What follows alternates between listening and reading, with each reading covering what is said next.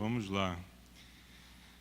Quantos têm acompanhado a explanação do livro de Atos? Tem procurado acompanhar, está presente aqui, sempre domingo pela manhã, não são todos os domingos, mas essa parte, né, fica... E não sei quantos estão empolgados aí a cada capítulo, a cada episódio dessa odisseia, né, de nós estudarmos a palavra de Deus, o livro de Atos, e trazermos luz e entendimento à nossa mente. Luz e entendimento esse que trazem, que aquecem e estimulam, incentivam os nossos corações a servir a Deus com excelência, aumentando a nossa fé, a nossa confiança, porque é tudo que nós precisamos. Como texto, hoje nós estamos dando continuidade, capítulo 23, a partir do versículo 11, mas vamos voltar algumas páginas dentro do livro de Atos, algumas páginas que representam aí 23 anos de história. Estamos no capítulo 23, por volta do ano 58 da era cristã, e nós vamos voltar agora para o capítulo 9, por volta do ano 35, então quer dizer, 23 anos aproximadamente. Essas datas não são precisas, são aproximadas, por isso que a gente fala mais ou menos. Pode ser 23, pode ser 22, pode ser 24, mas é em torno disso daí. E o capítulo 9 de Atos trata da conversão de um homem chamado, conhecido pelos seus patrícios, né, os judeus, os israelitas, como o nome Saulo. E como vocês conhecem bem a história, ele era um perseguidor voraz da igreja, um opositor do cristianismo. Ele recebia cartas das autoridades judaicas e percorria o território de Israel de sinagoga em sinagoga com autoridade para prender cristãos, levá-los para Jerusalém, para que chegando em Jerusalém eles pudessem ser julgados pelo Sinédrio, e o Sinédrio então determinar se eles eram dignos de pena de morte ou não. Roma não se envolvia, dava uma certa liberdade para as autoridades judaicas cuidar das questões religiosas. Olha, os romanos, nós cuidamos das questões civis, os problemas religiosos vocês se entendem, vocês resolvem por aí. Porque assim, né, atendendo os pedidos, os apelos das autoridades religiosas, mantinha o povo tranquilo, sem sedição, sem rebelião, né? Então havia uma troca aí. Roma estava apenas interessado ali na paz, na tranquilidade e nos impostos que Israel e as demais nações que estavam subjugados pelo Império Romano estivessem ministrando ali, pagando os seus impostos para manter o Império Romano. E o capítulo 9 relata então Saulo indo caminho de Damasco com cartas, com autorização para prender e levar cristãos presos. Qual o crime que eles cometeram? Por professarem a fé em Cristo Jesus, por anunciarem que Jesus é o Filho de Deus, que ele havia morrido, sim, pelos nossos pecados, mas ressuscitou. Esse era o pecado dos cristãos. O crime, né, dos cristãos.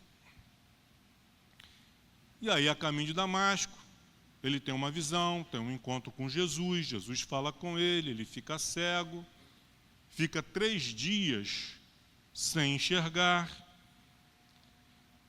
e Deus então, Jesus fala com Ananias a respeito de Saulo, manda que ele vá até a casa, dá o endereço direitinho, o GPS, diz para Ananias onde Saulo está. Ananias tenta contra-argumentar, mas Senhor, este Saulo é que vai de cidade em cidade prendendo os cristãos, como se Deus não soubesse.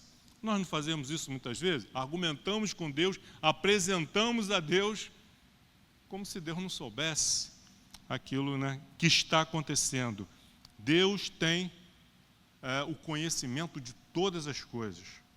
E Ele vai nos revelando na medida que a sua graça, sua misericórdia vai nos acompanhando e nós vamos em obediência cumprindo com a sua direção. Aí no capítulo 9, Jesus falando ainda com Ananias, versículos 15 e 16, por favor. 9, 15 e 16. O Senhor falando para Ananias: vai, porque este Saulo é para mim, presta atenção, instrumento escolhido, para quê? Para levar o meu nome perante quem? Gentios e reis, bem como, assim como, também perante os filhos de Israel. Então esse Saulo foi um instrumento escolhido. Quem escolheu Saulo? Deus. Diferentemente de Matias, né, que foi escolhido ali pelos 11 apóstolos para substituir Judas. Cremos que a escolha de Matias por parte dos apóstolos é porque fez por merecer, era um homem de Deus. Mas quando você é um instrumento escolhido por Deus, é outra história. Nós somos instrumentos escolhidos por Deus para levar, todos nós temos essa missão, uns mais, outros menos, mas essa missão é dada a todos nós. Todos nós. Você é. Você é. Eu sou. Nós somos. Não aceite as palavras negativas da parte do nosso inimigo, porque é justamente isso que ele quer. Ele quer nos calar. Ele não quer que a gente fale. Ele não quer que a gente proclame. Ele não quer que a gente anuncie. Então, ele tenta nos colocar para baixo, nos diminuir, dizer: quem é você? Nós somos filhos de Deus. Nós somos instrumentos escolhidos pelo Senhor. E a maior prova disso é o fato de estarmos aqui domingo pela manhã, desejosos, ansiosos para ouvir a sua palavra e a sua direção. Mas Saulo, nesse momento da história, ele foi um instrumento escolhido pelo Senhor para levar o nome de Jesus perante os gentios. Quem eram os gentios? Os povos estrangeiros, todo aquele que não era descendente de Abraão, todo aquele que não era um israelita da religião judaica. Esses eram os gentios. Romanos, gregos, bárbaros, eram gentios. E também a quem? Reis, às autoridades, aos governantes, bem como também para os filhos de Israel. Então esse foi o chamado, essa era a missão de Paulo. Passaram-se 23 anos, chegamos aqui no capítulo 23. Ao longo desses 23 anos, nos 3 primeiros anos mais ou menos, e seguindo o texto de Atos ali, Paulo, assim que se converteu, Ananias orou por ele, a sua visão foi restabelecida, ele se batizou, depois, ficou 3 dias sem comer, mas só comeu depois que se batizou. E aí ele recebeu da parte de Ananias algumas instruções mais precisas com relação a Jesus. E Paulo imediatamente se tornou um pregador. Ele já foi para a sinagoga. Aquele homem que saiu de Jerusalém para ir para Damasco, para a sinagoga de Damasco, para prender cristãos, ele chega na sinagoga e vai pregar a respeito de Jesus. E ele começa ousadamente a pregar a respeito de Jesus, o que confundiu os judeus. O que está vendo? O que houve? O que está acontecendo? E agora as autoridades querem matar Saulo. E aí ele teve que fugir da cidade dentro de um cesto, baixado assim pela muralha, porque os judeus montaram guarda na entrada e na saída da cidade de Damasco, para que quando Saulo passasse por ali, eles tirassem a sua vida. E Deus deu esse livramento, deu essa estratégia. Saulo então volta para sua terra natal, fica lá por volta de 3 anos. Depois de 3 anos ele vai para Jerusalém.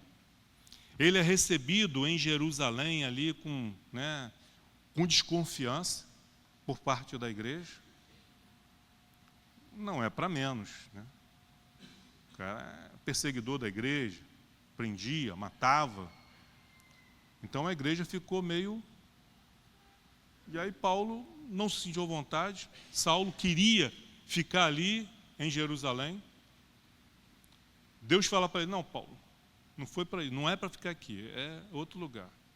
Paulo tenta argumentar com Deus: mas Senhor, eu era um perseguidor, olha o testemunho, se de perseguidor, agora um cristão, um pregador do evangelho. Não é isso, Paulo. Eu enxergo além, Paulo. Eu vejo lá na frente, Saulo, o que você e cada um dos seres humanos terrenos que se arrastam pela terra debaixo do sol, como diz o autor de Eclesiastes, não conseguem ver, não conseguem compreender. E aí Saulo volta para sua terra natal. O evangelho começa a crescer em Antioquia, da Psídia, território estrangeiro, fora do território de Israel. Barnabé, que já tinha tido contato com Saulo, né? A igreja crescendo, muitos cristãos. Aí Barnabé: eu não dou conta disso sozinho. A humildade de um homem de Deus também, de reconhecer que ele não consegue fazer, não pode fazer tudo sozinho. E aí ele vai atrás de Saulo, relata para Saulo o que está acontecendo e chama: Paulo, eu preciso da sua ajuda, vamos para lá. E Paulo vai. Essa confusão de Saulo e Paulo é apenas... Saulo é o nome dele hebraico e Paulo é o nome dele grego. Só isso. Ah, mudou o nome de Paulo. Não, não mudou. É que entre os gregos ele era conhecido por Paulo, mas que era o nome Saulo, da raiz de Saul, né? Tem o mesmo significado. E aí Saulo vai com Barnabé, vão para Antioquia e começam a pregar, ensinar, porque não é só pregar, não é só dar à luz a bebês na fé. Esses bebês precisam de cuidado, precisam de acompanhamento. No início, não é isso? O bebê não precisa de alguém para trocar a fralda? Ele não sabe se limpar. Ele se suja e não sabe se limpar, precisa. Os bebês na fé são assim também. Precisa de papinha, precisa de alguém que alimente, bote comidinha na boca, que vista, que dê banho, que proteja, que pegue no colo quando ele está chorando. Um bebezinho está chorando, você pega no colo. Um marmanjo com 20, 30 anos está chorando, você não vai pegar no colo. Dependendo da crise, você vai abraçar, você vai confortar. Eu te entendo. Mas não é porque está fazendo pirraça, vou pegar no colo. Está fazendo pirraça, eu vou abraçar. Não, então são essas coisas que Deus vai nos dando entendimento. Então, a igreja de Antioquia precisava de pessoas maduras, homens maduros na fé. Já haviam se passado aí quase 10 anos de Paulo convivendo com Jesus, convivendo com o Evangelho, com os relatos dos cristãos, daqueles que andaram com Jesus. Ele se interessou com aquilo que Jesus falava, ensinava. Quem aqui é curioso, levanta a mão. Depende, né? Tem gente que fala, eu não sou curioso, não. Mas nas coisas concernente às coisas de Deus, nós temos que ser curiosos, sim. Temos que ter interesse, sim. Nós temos que desejar saber o que Jesus ensinou. Por favor, me ensine, fale para mim o que foi que Jesus ensinou, por que ele ensinou, qual o contexto, o que estava acontecendo, quem era o público, o que houve para Jesus falar o que falou em determinado momento, fazer o que fez. Temos que ter curiosidade de ler a palavra de Deus e entender. Não conseguiu entender, tem uma palavra aqui complicada, pega o dicionário, vai pesquisar. Essa é a curiosidade, esse é o interesse, é a fome e a sede que o cristão tem que ter para entender as coisas de Deus, porque se nós não entendemos das coisas de Deus, como vamos servi-lo? Como vamos agradá-lo? Como ele merece? Como nós precisamos fazer? A gente vai no achismo. E no achismo, nós cometemos erros. No achismo, nós nos equivocamos. No achismo, nós ofendemos a Deus, porque apresentamos ao outro um Deus que não é o Deus da Bíblia, é o nosso Deus, da criação da nossa mente. Mas quando nós lemos a palavra, nós vamos conhecendo a Deus, caminhando com Ele, andando com Ele, e nesse caminhar, nós vamos ali trocando palavras, conhecimentos, experiências. Você não pode dizer, eu conheço fulano, se você não anda com fulano, se você não convive com fulano, você não sabe o que ele pensa.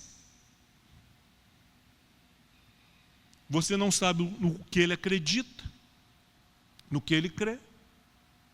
Eu não posso dizer que eu conheço, se eu não ando com ele, se eu não caminho com ele, se eu não ouço, se eu não entendo. Aí se passaram 10 anos, na igreja de Antioquia, Deus, o Espírito Santo, fala com a liderança, com os pastores, com os profetas que haviam na igreja de Antioquia e manda, separai-me, Barnabé e Saulo para a missão que eu tenho para eles. Aí acontece a primeira viagem missionária, em Atos capítulo 13.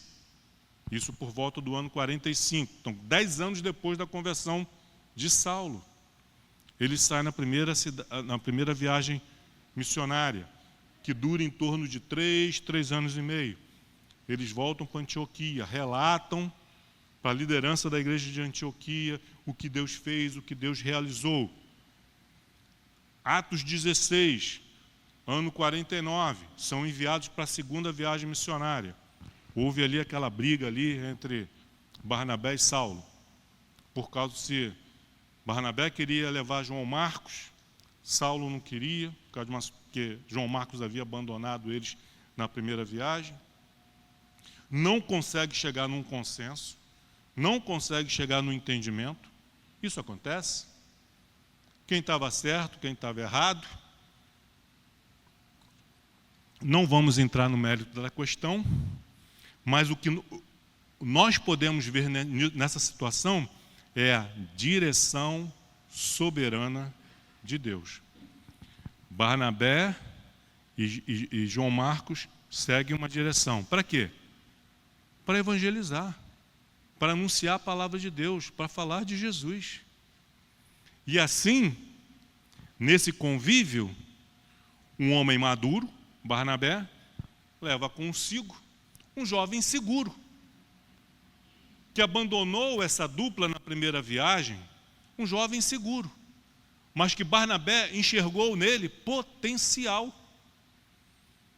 E pensou, vale a pena investir nesse rapaz, vale a pena investir nesse jovem, e eu não vou abrir mão dele. E levou.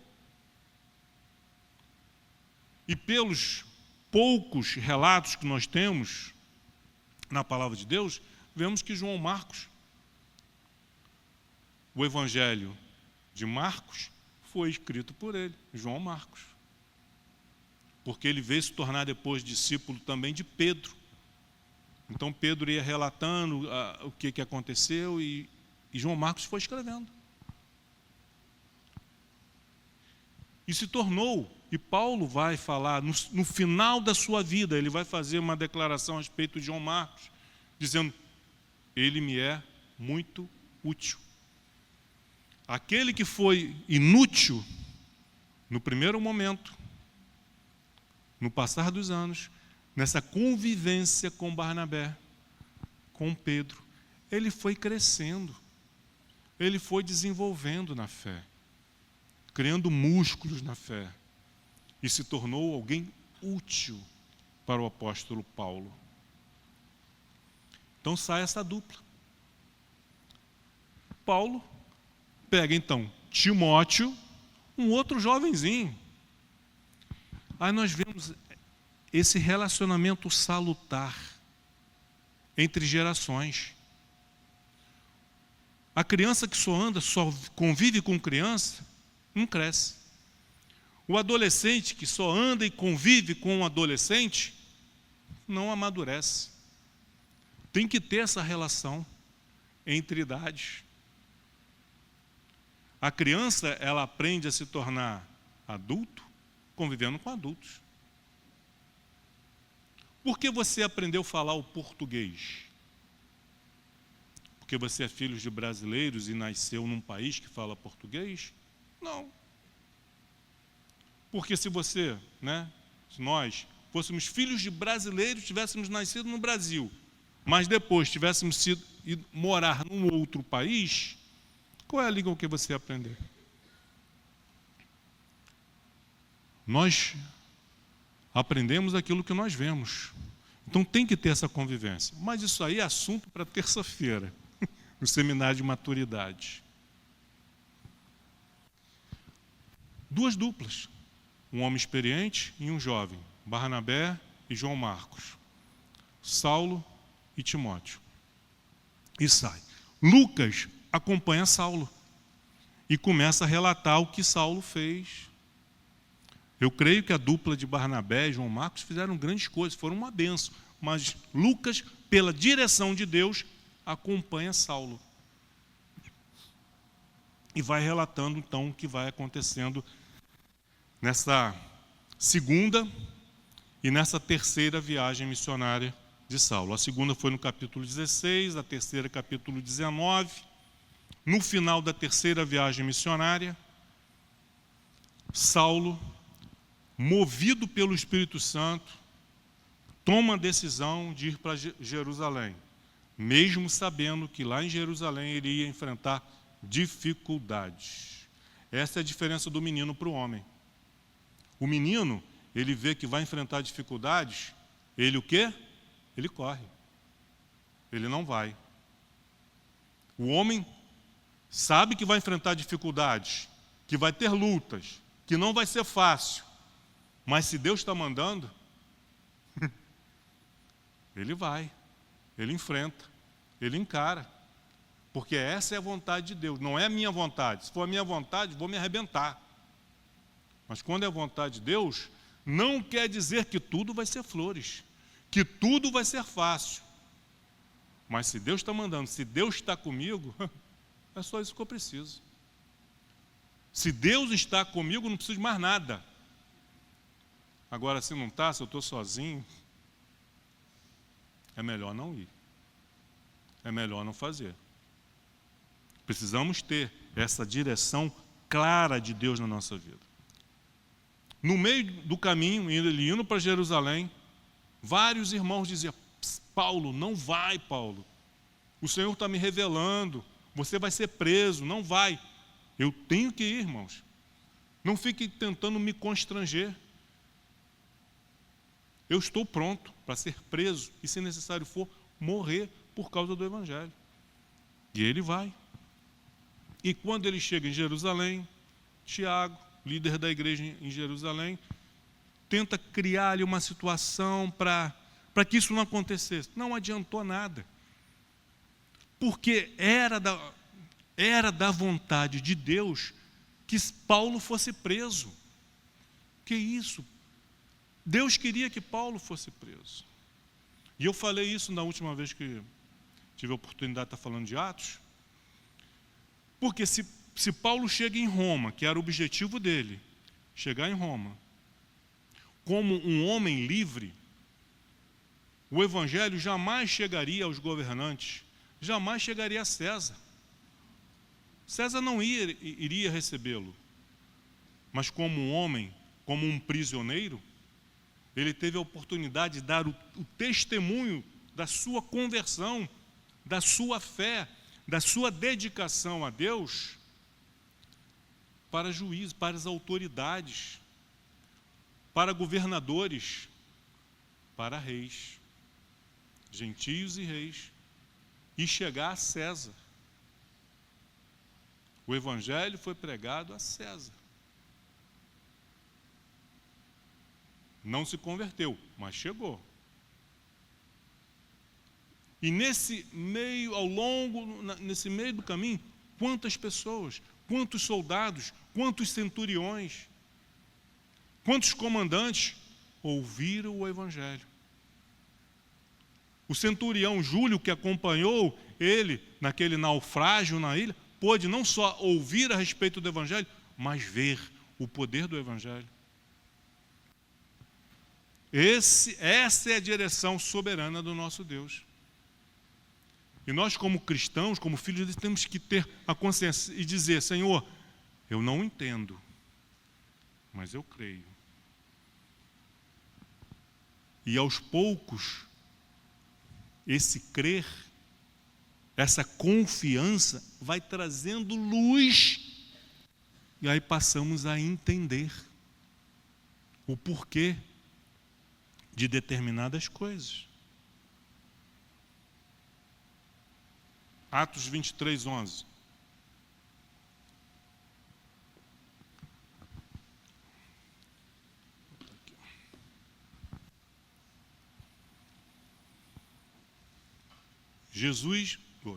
Paulo já esteve perante os anciãos uma vez,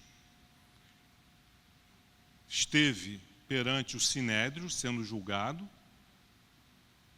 foi até esbofeteado, vocês lembram disso? No capítulo 22.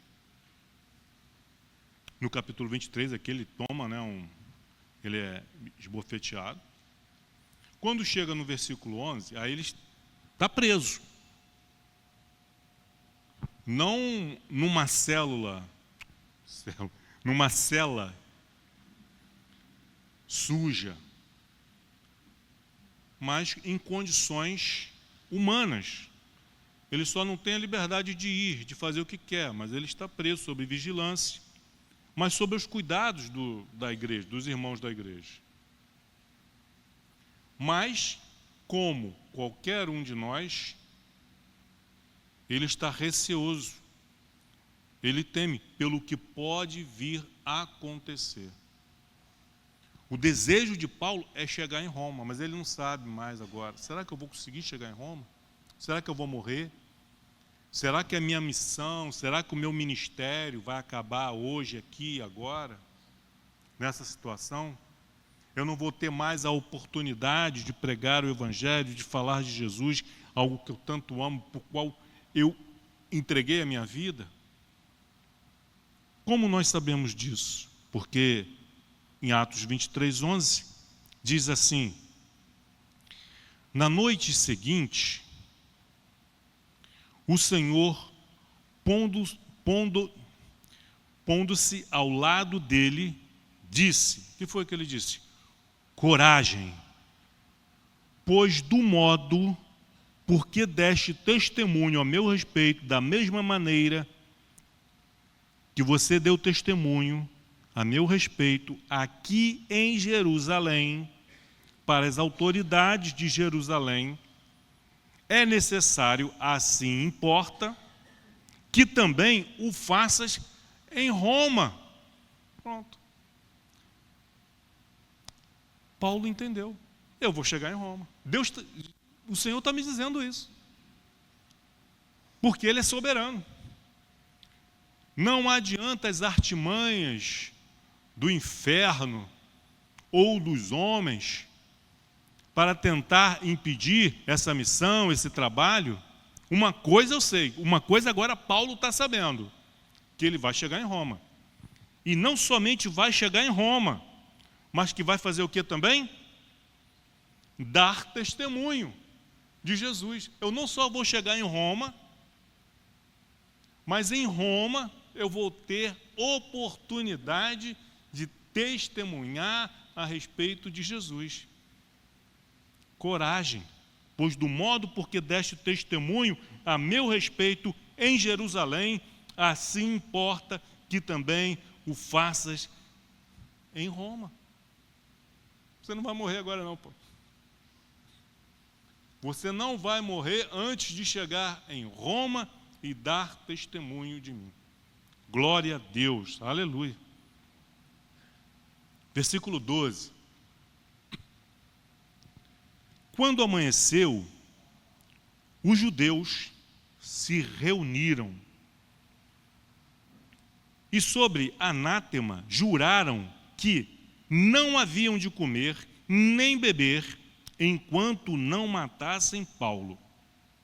Eram mais de 40 os que entraram nessa conspiração. Estes, em torno de mais de 40, estes indo ter com quem? Com os principais sacerdotes e os anciãos. Disseram: juramos, sob pena de anátema, não comer coisa alguma enquanto não matarmos Paulo. O que está acontecendo aqui? Pouco mais de 40 homens, judeus, se reuniram entre eles e fizeram um voto, fizeram um juramento sob anátema. Olha, se nós não matarmos Paulo, que nós sejamos malditos, que nós sejamos excomungados, que nós sejamos reprovados. E decidiram fazer jejum. Nós não vamos comer coisa alguma enquanto Paulo respirar, enquanto Paulo estiver vivo, enquanto nós não tirarmos a sua vida, não o matarmos. E fizeram voto. E quem quebrar esse voto será amaldiçoado, será maldito. Olha só, precipitação. Esse tipo de precipitação não é só os incrédulos e os inimigos do Evangelho que cometem, não.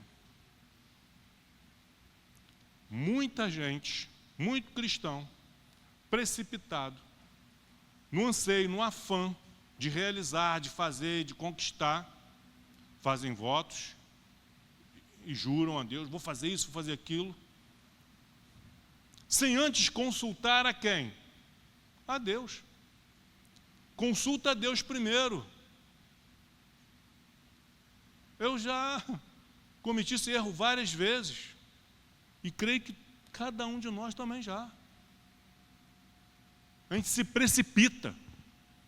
A gente faz, a gente toma a decisão, vai fazer, depois pede para Deus abençoar. Deus não vai abençoar. As decisões que nós tomamos, você decidiu fazer?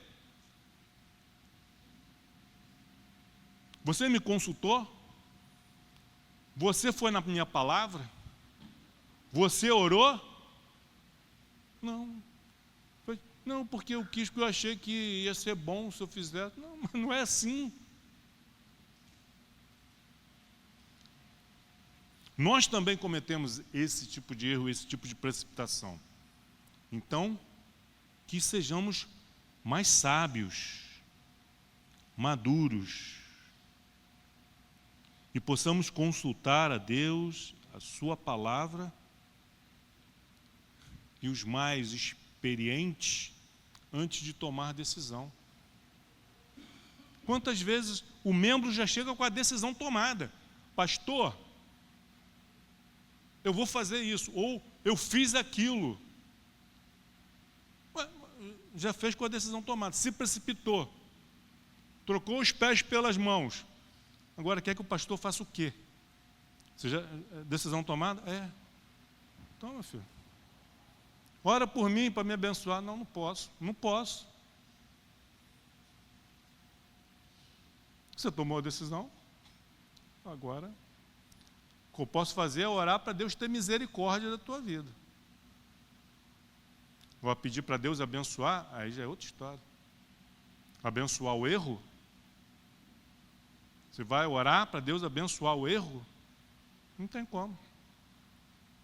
Mas esses homens aqui, né, no afã, de repente, quem sabe, de agradar a quem? Versículo 14.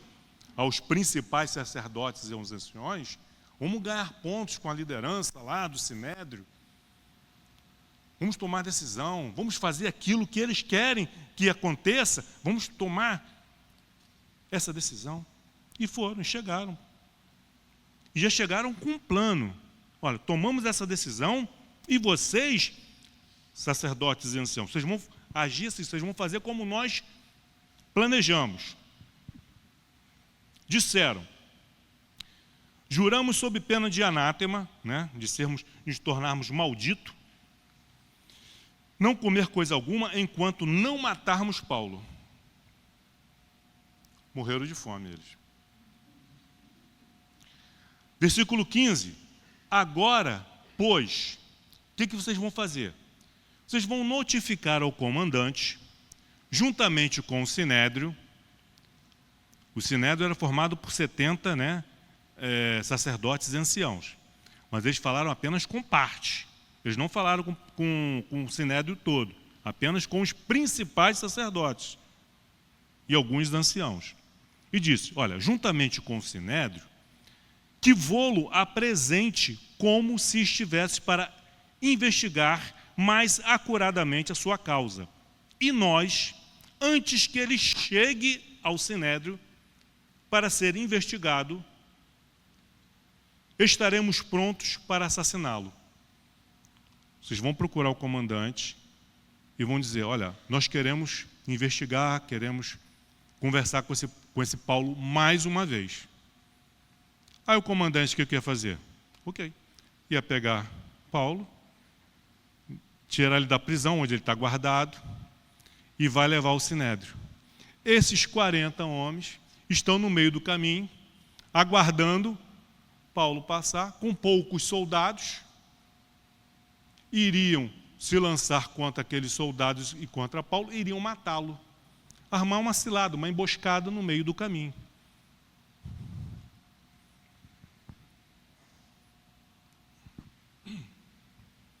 Agora, pois, notificai ao comandante, juntamente com o Sinédrio, que vô-lo apresente como se estivesse para investigar mais acuradamente. Olha, nós queremos investigar, saber com mais detalhes essa história. Mentira! Queremos saber mais a respeito dessa causa. E aí, no caminho, nós, antes que ele chegue no Sinédrio, estaremos prontos para assassiná-lo. Agora, versículo 16, providência divina, direção soberana de Deus. Mas o filho da irmã de Paulo, tendo ouvido a trama, vazou. O plano deles, o que esses homens tinham feito com esses principais sacerdotes, a notícia vazou. Alguém, não sei, contou para quem não devia, e a notícia se espalhou. Irmãozinho, ora por mim, olha, porque ora, a gente formou um grupo aqui, nós vamos matar esse Paulo, e precisamos de intercessão, de gente orando para a gente... Vazou. E a notícia chegou no ouvido de quem? De quem? Do filho da irmã de Paulo. Quem é o filho da irmã de Paulo? Sobrinho de Paulo. Que a gente não sabe nem o nome, nem da irmã, nem do sobrinho. Mas a gente sabe aqui, por esse versículo, que Paulo tinha pelo menos uma irmã, que morava em Jerusalém. E que Paulo tinha um sobrinho. Qual o nome desse garoto? Também a gente não sabe. Mas que ele tinha pelo menos uma irmã e um sobrinho. O sobrinho dele ouviu, ficou sabendo da trama, da emboscada. O que ele fez? Entrou na fortaleza e de tudo avisou a Paulo. Foi lá, se apresentou. Não, sou sobrinho do Paulo, está preso, queria visitar meu tio. Deixaram entrar, porque Paulo está nessa condição. Ele não estava proibido de receber visita. O seu sobrinho chega para ele e fala: tio, os judeus vão armar cilada, decidiram fazer isso. Contaram para Paulo.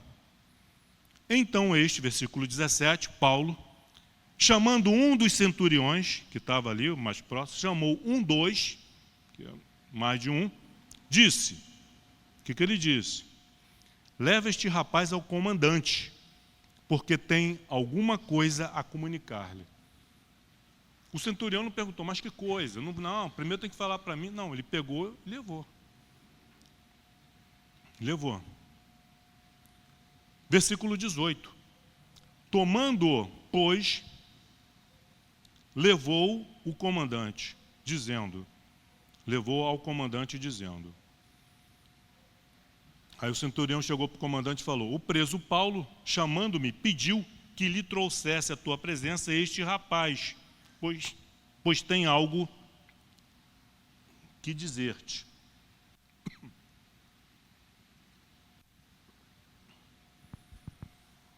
Comandante, né?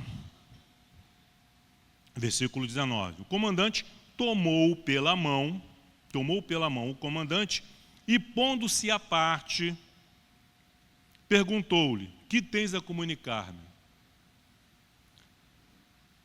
Por que o comandante não falou para... Não, pode falar. Ali na presença do centurião mesmo. O centurião estava ali. Pode falar, o que você tem para falar? E o rapaz ia falar. Mas o que ele tinha para falar, o recado que ele tinha, Paulo foi bem claro. Leva-o ao comandante, porque ele tem algo para dizer. Então, era uma informação para o comandante, não para o centurião. Senão Paulo teria dito para o centurião: olha, esse rapaz, o meu sobrinho veio aqui, me informou que os judeus vão fazer isso. E aí o centurião ia informar o comandante. Se a informação ia chegar ou não, Paulo tinha como saber? Se ia chegar como tinha que ser, Paulo ia saber? Não. Ele não confiou essa informação ao centurião. Leve esse rapaz, porque ele tem algo para dizer ao comandante. O comandante entendeu. O centurião, aí ele pega o menino, o rapaz, leva à parte, um lugar onde não tem mais ninguém ouvindo o que ele tem para lhe comunicar. Ele não sabe o que é. Vai que aqui no meio dos meus soldados, dos meus comandantes, tem algum espião, tem alguém que, né? E aí o rapaz informa ao comandante, leva a ele a informação. Versículo 20. Respondeu ele, o rapaz: os judeus decidiram rogar-te que amanhã, apresentes Paulo ao sinédrio, como se houvesse de inquirir mais acuradamente a seu respeito. Tu, pois, não te deixes persuadir, não te deixes enganar, porque mais de 40 entre eles estão pactuados entre si sob anátema de não comer nem beber enquanto não o matarem. E agora estão prontos, esperando a tua promessa, a tua resposta. O que o comandante fez? Isso é à noite. Chamando 2 centuriões, ordenou, deu ordens: tende de prontidão desde a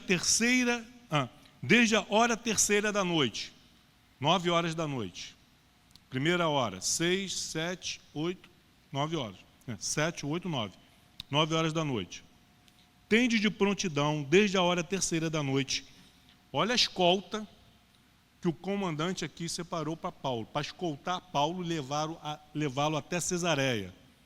Providência divina. 200 soldados. Aí eu vou, né? Qual era o nome do menino? O nome do menino? De 6 anos? Eudes. Então, essa aqui é fácil. Não precisa nem do Eudes para fazer conta. Nem da calculadora. Olha a escolta para levar Paulo até Cesareia em segurança. 200 soldados. São aqueles que vão marchando. 200 vão a pé, marchando, com espada e escudo. São os combatentes corpo a corpo. 200 para 40, tá bom, né? Não precisa mais, né? Mas ele, olha, 200 soldados romanos, homens de guerra, adestrados para a batalha. 70 de cavalaria, mais 70 montados a cavalo. E, chega, tá bom, não. E 200 lanceiros para irem até Cesareia. Os lanceiros são de longa distância, não, são as armas de longa distância. Ele joga a lança, não precisa nem do combate corpo a corpo. 200, imagina, 40. 200 lanças vindo na direção de 40 homens. São 5 lanças para cada um. Mas foi o que ele escolheu. 200 soldados, mais 70 de cavalaria, mais 200 lanceiros. Total, 470. Para escoltar Paulo até Cesareia. Isso à noite. E disse mais, versículo 24. Preparai também animais para fazer Paulo montar e ir com segurança ao governador Félix. E Paulo não vai a pé. Tem 200 soldados marchando a pé, mas Paulo vai montadinho no cavalo. Animais para Paulo e seus companheiros. Nem Paulo, nem os seus amigos vão a pé, vão de cavalo. Protegidos. Para o quê? Para ir com segurança ao governador Félix. E eles fizeram essa viagem de Jerusalém até Cesareia, que é uma distância de 60 quilômetros, à noite. Saíram à noite. De manhã, quando os judeus chegaram na fortaleza do comandante, pediram, queremos ouvir Paulo. Vocês querem ouvir Paulo? Pô, eu acabei de enviar ele ontem à noite para Cesareia. Já deve estar chegando lá. Essa hora. Então, vamos seguir aqui. Versículo 25. E o comandante escreveu uma carta nestes termos. Escreveu a carta. Que horas tem? Escreveu uma carta nestes termos. Olha a carta que o comandante envia. Cláudio Lisas, ao excelentíssimo governador Félix. Saúde. Qual era o nome do comandante? Cláudio Lísias. Ao excelentíssimo governador Félix. Saúde, saudação, né? Abertura da carta. Este homem foi preso pelos judeus e estava prestes a ser morto por eles, quando eu, heroicamente, bravamente, olha só como é que funciona a política, quando eu, sobrevindo com guarda, o livrei, por saber que ele era romano. Se você recordar bem, no capítulo 21, 37 e 38, ele não salvou Paulo, ele não resgatou Paulo por saber que Paulo era romano. Ele não sabia que Paulo era romano.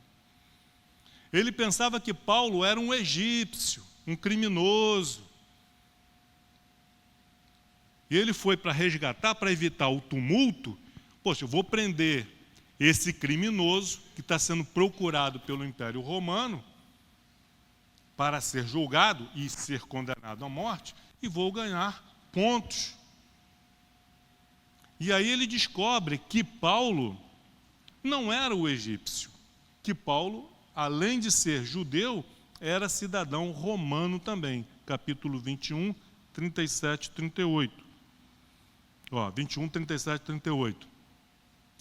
E quando Paulo ia sendo recolhido à fortaleza, disse ao comandante: é-me permitido dizer alguma coisa? Respondeu ele: sabes o grego? Se assustou. Não és tu, porventura, o egípcio? Ele achando que Paulo era egípcio. Que há tempo sublevou e conduziu ao deserto 4.000 sicários? Respondeu-lhe Paulo: eu sou judeu, natural de Tarso, cidade não insignificante da Cilícia, e rogo-te que me permitas falar. Ele só foi descobrir que Paulo era cidadão romano quando ele deu ordens ao soldado para açoitar Paulo. Aí Paulo fala assim: é lícito açoitar um cidadão romano sem antes ele ser julgado? Aí o soldado foi lá e falou ao comandante: tem um problema aqui, ele é cidadão romano. Então ele só foi descobrir que Paulo era cidadão romano muito tempo depois. Mas na cartinha, para ficar bem na fita, para ficar bonito aqui para o governador, ele diz, né? Quando eu, sobrevindo com a guarda, o livrei.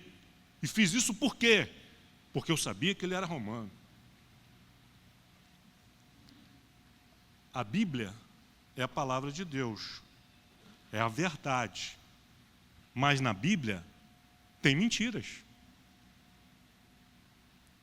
que o escritor relata, para que a gente vê que as pessoas mentem. Não tem? Quantas mentiras tem na Bíblia? Cometidas por homens pecadores. A primeira mentira está lá no livro de Gênesis, ainda no jardim do Éden, quando a serpente diz para a mulher: você não vai morrer. O dia que você comer, você será igual a Deus. Por isso ele não quer que você coma. Foi a primeira mentira. Está lá relatado. Está ali escrito. A palavra de Deus é a verdade porque ela não esconde. Não esconde a fé, a coragem, a determinação dos heróis da fé, mas também não esconde os seus erros, os seus pecados. Não bota essa história de que Pedro negou Jesus 3 vezes, porque vai pegar mal para Pedro. Não, está lá registrado. E tantos outros exemplos. Bom, voltando para a carta. Cláudio Lísias, né, o comandante, escrevendo: querendo certificar-me do motivo por que o acusavam, filo descer ao sinédrio deles. Verifiquei ser ele acusado de coisas referentes à lei que os rege, a lei deles lá, a lei religiosa. Nada, porém, que justificasse morte ou mesmo prisão. Sendo eu informado de que ia haver uma cilada contra o homem, tratei de enviá-lo a ti, sem demora, intimando também os acusadores a irem dizer na tua presença o que há contra ele. Nesse finalzinho aqui, né, saúde, nesse finalzinho aqui, a gente descobre o que ele falou para os membros do Sinédrio quando chegaram na manhã seguinte.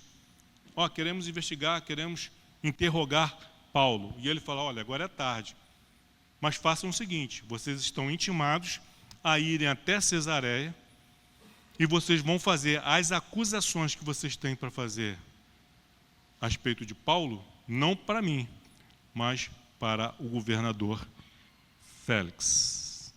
Amém? Vamos parar por aqui, irmãos. É um final assim meio abrupto, mas assim, é como essa saga, essa odisseia. Não é assim que fazem nas séries? Quando o episódio está aí, Aí você tem que aguardar o próximo capítulo. Na minha época você tinha que aguardar uma semana. Aqui você vai aguardar uma ou 2 semanas, não sei quando é que nós vamos voltar a esse tema, se vai ser no domingo que vem ou no outro, mas vai ter que aguardar. Mas não precisa aguardar. Aqui tem Aqui tem um spoiler. Você pode ler e saber o que aconteceu. E depois, no culto, juntamente com a igreja, né, confirmar aquilo e ver.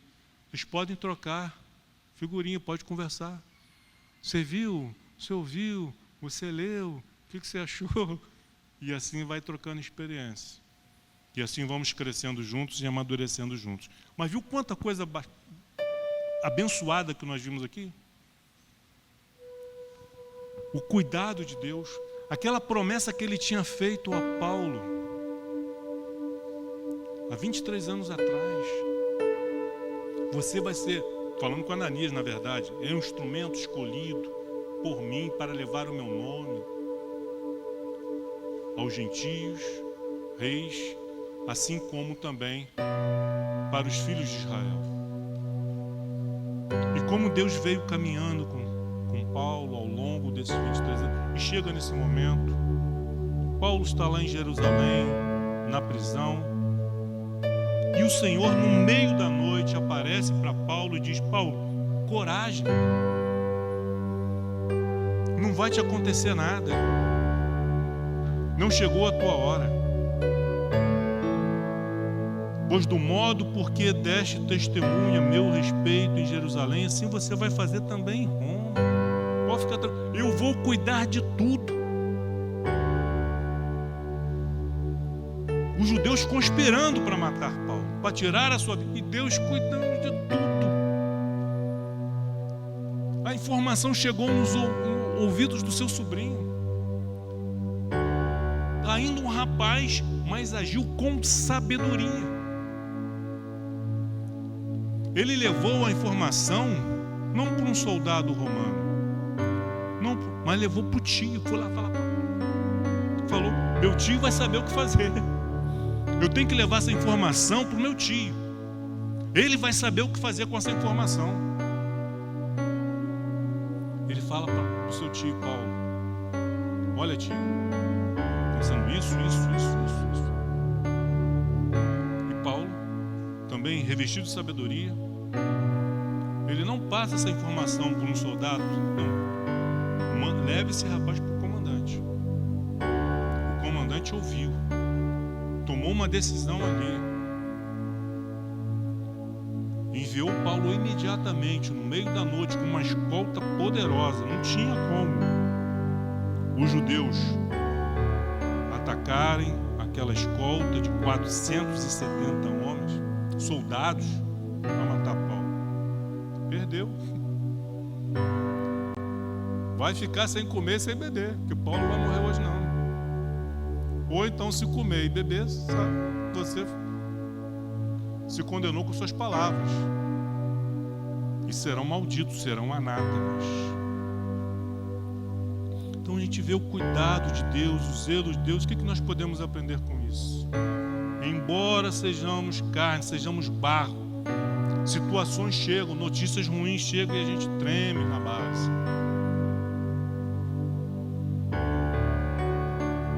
Fica atemorizado. Mas são histórias como essa e tantas outras na palavra de Deus, tanto no Antigo quanto no Novo, que servem de inspiração para nós descansarmos e confiarmos no Senhor. Se a nossa vida está verdadeiramente nas mãos do Senhor, não temos o que temer. As ameaças, as conspirações, as ciladas dos nossos inimigos pessoais e da igreja. Inimigos da igreja. Instrumento escolhido para levar o meu nome para os gentios e reis. Deixa eu só dar uma orientação rápida aqui, com relação aos governantes. Isso precisa ser feito. Nós vivemos num país onde, teoricamente, nós temos o direito de escolher as nossas autoridades. Os homens e as mulheres que vão fazer leis municipais, estaduais e federais. Vereadores. Esse ano teremos eleições para prefeito, vereadores.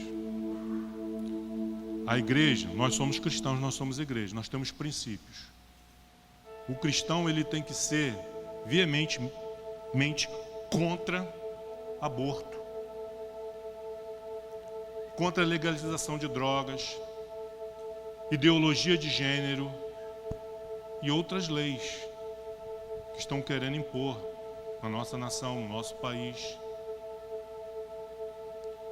E é inconcebível, é ilógico, é irracional um cristão votar num político ou num partido que defende essas coisas, que apoia essas coisas, que querem legalizar essas coisas. É inconcebível, não tem como, é irracional um cristão votar num político ou num partido que apoia o aborto, que defende o aborto. Então, conhecidos nossos, pessoas, de repente, que a gente convive já há anos, da infância, adolescência, juventude, que você conhece, é teu vizinho, é teu amigo, é teu parente. Ah, eu sou candidato a vereador. Primeira coisa que você tem que perguntar: qual o seu partido? Não é o número dele que eu quero saber. Eu quero saber qual partido. Porque pelo partido, quando ele falar o partido, eu já vou dizer: infelizmente, não tem como. Porque o teu partido, não, eu sou contra isso. Não interessa se você é contra. O teu partido é a favor. Pergunta para ele: você, fulano, fulana, está pedindo meu voto, você é a favor do aborto? Gaguejou, não soube o que falar, responder sim ou não, é sinal que na hora H, quando ele for pressionado lá pelo partido dele, ele vai votar de acordo com o partido. Seja vereador, deputado estadual, federal, senador, seja o que for, vai votar de acordo com o partido. Ele tem que ter a resposta. Você é a favor da liberação das drogas? Não, bem, olha só. Não, falou, olha só. Está em cima do muro. E o muro, como a gente fala, pertence ao diabo. Nós temos que ter posições, princípios. Pode ser teu parente, teu irmão, teu filho, tua filha, teu pai é candidato.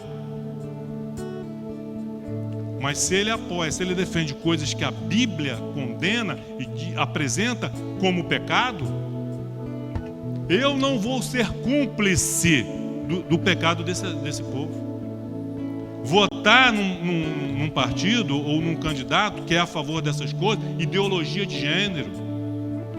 Você quer ideologia de gênero para os seus filhos? Eu não quero. Para os nossos filhos nós queremos o melhor, queremos a melhor educação, a igreja, que estejam lá no ministério infantil, sendo ensinados a respeito dos princípios da palavra de Deus, do que é ser um cristão, do que é ser um cidadão do reino dos céus e da terra. Queremos. Mas eu voto num candidato ou num partido que é a favor da ideologia de gênero. Não faz sentido, loucura. Porque quando o troço for implantado, não pense você que isso não vai respingar na igreja. Vai respingar na igreja, sim. Vai respingar na sua casa, na minha, na casa de todos. Então, antes que isso aconteça, vamos orar, vamos interceder e vamos trabalhar para que pessoas que tenham os mesmos princípios, não precisa pensar igual, impossível. pensar absolutamente igual. Não precisa necessariamente ser um cristão, um evangélico. Pode ser um ateu, pode ser um católico, pode ser, mas ser uma pessoa que defende os princípios, porque tem muito ateu que mesmo sem saber e sem confessar, ele defende os princípios da Bíblia. Então estejamos atentos, não sejamos cúmplices das obras das trevas. Amém? Deus abençoe. Amém. Vamos mudar de posição? Amém? Vamos cantar esse cântico para nós encerrarmos o culto dessa manhã. Tu és soberano sobre a terra, sobre os céus, tu és Senhor absoluto.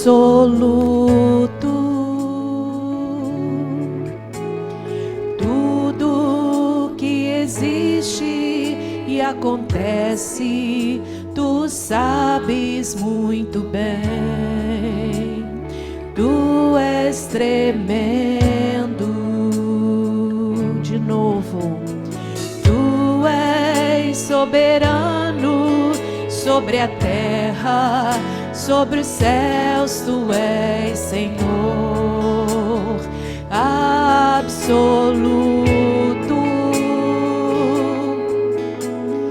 Tudo que existe e acontece, tu sabes muito bem. Tu és tremendo.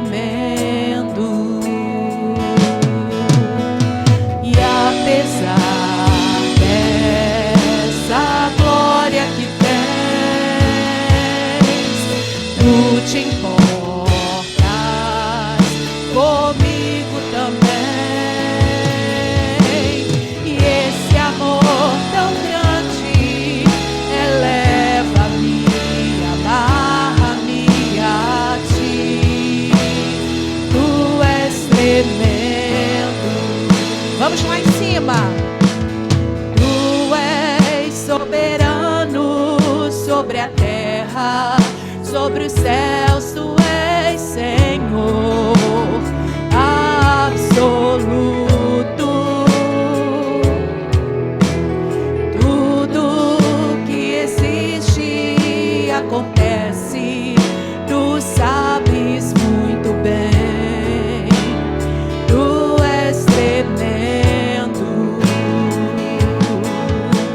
E apesar dessa glória que tens, tu te importas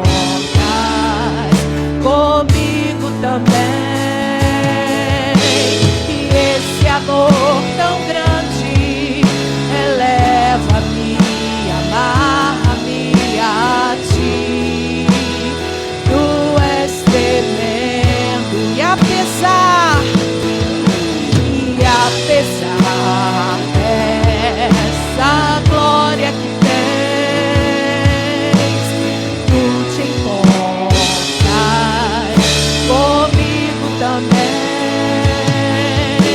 E esse amor tão grande eleva-me, amarra-me a ti. Tu és tremendo.